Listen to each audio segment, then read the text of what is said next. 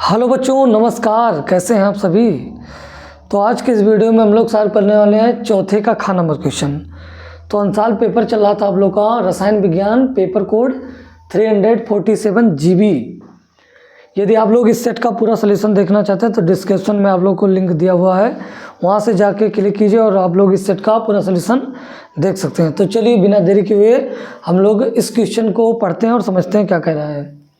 Question आप लोग को दिया हुआ है हैलो एल्केन के विलोपन अभिक्रिया तथा प्रतिस्थापन अभिक्रिया में उदाहरण द्वारा अंतर स्पष्ट कीजिए। मतलब कह रहा है विलोपन अभिक्रिया तथा प्रतिस्थापन अभिक्रिया में उदाहरण द्वारा अंतर, दोनों में अंतर बताना है। तो चलिए हम लोग समझते हैं। पहला नंबर इधर हमने लिख दिया विलोपन अभिक्रिया के बारे में, इधर प्रतिस्थापन अभिक्रिया के बारे में। तो यार जैसा कि यहाँ पर लिखा गया है ये हम लोग समझते हैं। इस अभिक्रिया में हैलो एल्कीन क्या होता है। अगर आप लोग कोई एल्केन ग्रुप ऐसे लगाए R और यक्स लगा दे तो ये आप लोग का हैलो एल्कीन कहलाता है। यहाँ पर जो हाइड्रोजन है यक्स है वो आप लोग का होता है हाइड्रोजन में फ्लोरीन, क्लोरीन, ब्रोमीन और आयोडीन, इसको हम लोग हाइड्रोजन कहते हैं। तो ये आगे कह रहा है इसमें कि इस अभिक्रिया में हैलो एल्कीन के एक अणु में से HX अणु का विलोपन हो जाता है तथा एल्कीन बनता है। इसमें एक ही अणु में से HX का क्या हो जाएगा, विलोपन हो जाएगा। जैसा कि एग्जांपल हम लोग देखते हैं। एग्जांपल यहाँ पर लिखा गया आप लोग देख रहे हैं। तो ये आप लोग का क्लोरीन परमाणु है। जो कोई भी ग्रुप लगा रहता है उसके बगल वाला जो पोजीशन होता है उसको अल्फा कहते हैं, ये इसको कहते हैं हम बीटा।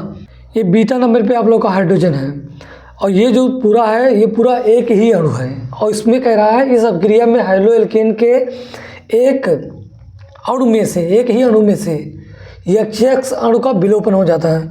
तो यहाँ से H निकल गया, यहाँ से X निकल गया। X में मैंने बताया ना आप लोग को फ्लोरीन, क्लोरीन, ब्रोमीन, आयोडीन हो सकता है। और ये KOH के साथ में क्रिया करा गया एल्कोहलिक माध्यम में, मतलब एल्कोहल के साथ में गर्म किया गया तो एल्कीन बन गया। और KCl और H2O क्या हो गया, बाहर हो गया। यहाँ से आप लोग का K और यहाँ से Cl, ये दोनों बाहर हो गया। और यहाँ से OH, यहाँ से H, पानी क्या हो गया, बाहर हो गया। ये आप लोग की अभिक्रिया जो है वो आप लोग का विलोपन अभिक्रिया कहलाएगा। एक ही अणु में से यहाँ से HX का क्या हो रहा है, विलोपन हो रहा है, इसीलिए हम लोग इसे विलोपन अभिक्रिया कहेंगे। आइए हम लोग समझते हैं प्रतिस्थापन अभिक्रिया। इस अभिक्रिया में हैलो एल्केन का हाइड्रोजन परमाणु नाभिक रागी न्यूक्लियोफिलिक रिएजेंट, नाभिक रागी द्वारा प्रतिस्थापित हो जाता है। तो आप लोग का ये है हैलो एल्केन और ये न्यूक्लियोफिलिक पार्ट है। इसके द्वारा क्या हो रहा है, इसका जो हाइड्रोजन परमाणु हो रहा है वो क्या हो रहा है, ये प्रतिस्थापित हो रहा है। मतलब इसके स्थान पे ये चला जा रहा है। प्रतिस्थान मतलब बदल ले रहे हैं और ये अपना स्थान छोड़ के अलग हो जा रहा है, तो प्रतिस्थापित हो जाते हैं। तो इस अभिक्रिया को हम प्रतिस्थापन अभिक्रिया कहते हैं। चलिए आगे हम लोग समझते हैं।